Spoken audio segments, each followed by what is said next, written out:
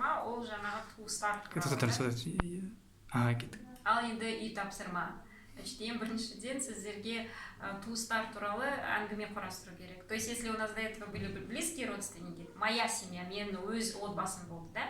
Енді сіздер барлық алыста тұратын туыстарды айтасыздар. Мысалы, там, мой двоюродный брат живет в Актюбинской области, там, в Актобе живет, он занимается там разведением лошадей, да, допустим, а его дочка учится в Алмате, там, на юриста и так далее, и так далее. То есть используйте все вот эти местоимения, все слова, да, в Алматы.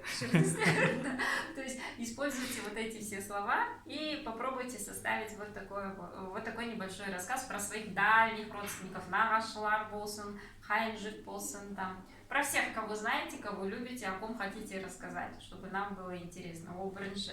Екінші, енді бізде дательный падеж. Біз айтпақшы сөздер, слова не забывайте учить. Свекровь, теща, тесть, заловка и так далее, и так далее. Слова нужно учить. Бүгін өте көп сөздер болды. Сөздерді жаңағы жаттау керек. Содан кейін екінші, ол дательный падеж. По дательному падежу нужно будет вам составить самые простые предложения. Очень простые. Мы вам дали готовые местоимения в дательном падеже, да, допустим, маған, саған, сізге, оларға, сендерге, сіздерге.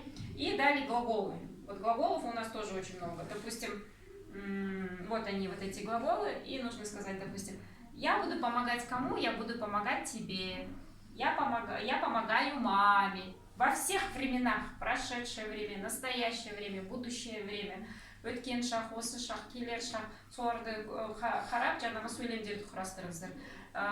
Мой сын мешал мне там готовить еду, допустим, да? Я рассказал ему, или там ты сказал папе. Ну, все, что я вот вам вначале говорила, то есть точно такие же простые предложения вы тоже можете составлять. Также, допустим, когда мы двигаемся, вот эти дательные падеж, направление, куда, кому, к человеку, если, или в помещение, к дому, или там я пришел к дому, я пришел на работу, да, или я пришел к тебе, к врачу, сол жаңағы осы сөздерді қарап, сөйлемдерді құрастырыңыз. Самые простые, ничего придумывать не нужно. Прибежал, убежал, забежал, приехал, заехал, буду заезжать, буду приезжать. Вот во всех временах любые предложения нужно будет вам составить в дательном падеже. Самые простые, не усложняйте, как можно проще, чтобы мы хотя бы поняли, что вы немножечко стали разбираться в дательном падеже. Сол жақсы, онда рахмет сіздерге, назарларыңызға рахмет, сау болыңыздар.